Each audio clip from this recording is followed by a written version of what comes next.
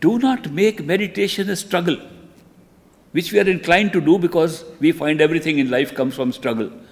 So we say even spirituality will come by struggle. It doesn't. Struggle becomes a block to progress on this path.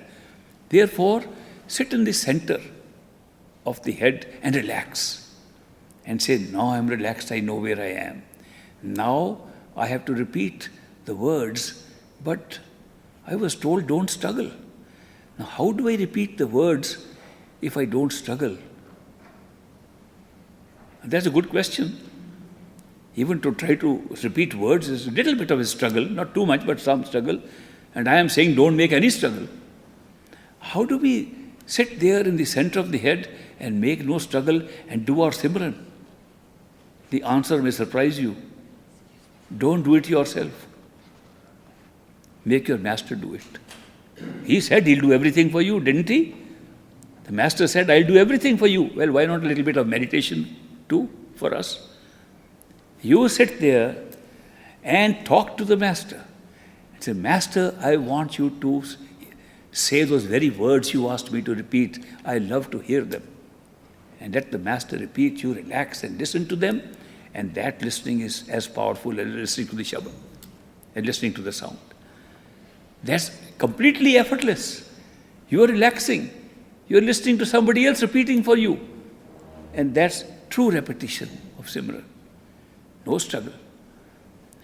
This path is not a path of struggle, nor is it a path of impatience. Oh, I sat so long, nothing is happening. More patience is needed. It's also called the Sahaj Yoga. Out of all the yogas, Surt Shabd Yoga has been called the Sahaj Yoga, which means slow and steady wins the race.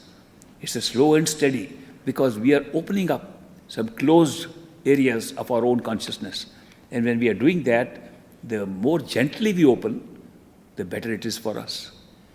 It's like trying, if your clothes, your gown or your shirt gets tangled in a bunch of thorns on a rose bush and you want to untangle them. You try to push away, they all get torn.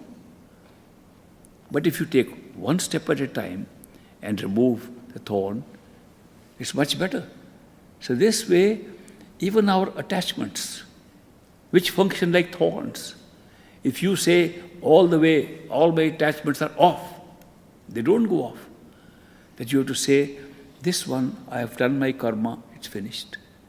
I have to do my duty, if anything is left. But that particular feeling that I was going to be permanently with this person has gone because I'm not going to be permanent with anybody. The physical body is not going to be permanent. This is temporary, but I'll do my duty fully. And you are detached, and one thought has been taken off.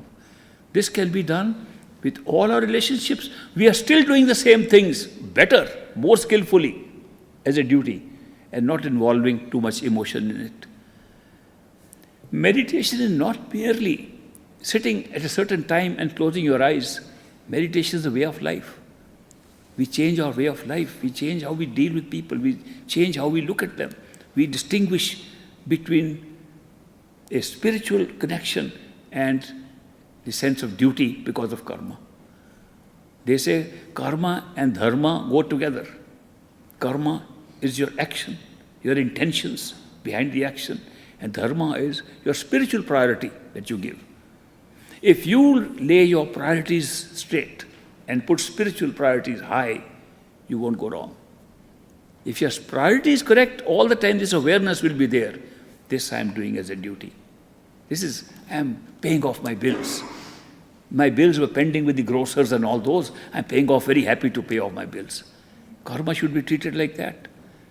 It should be paid off cheerfully because we owe it. Nobody else created it. We created it. And why not pay it cheerfully? Instead of grumbling about it, who imposed these bills on me? Well, you bought it. Don't you remember the goods you bought? No, I don't remember. You still owe it, even if you don't remember it. You can't take the plea of forgetfulness not to pay your bills.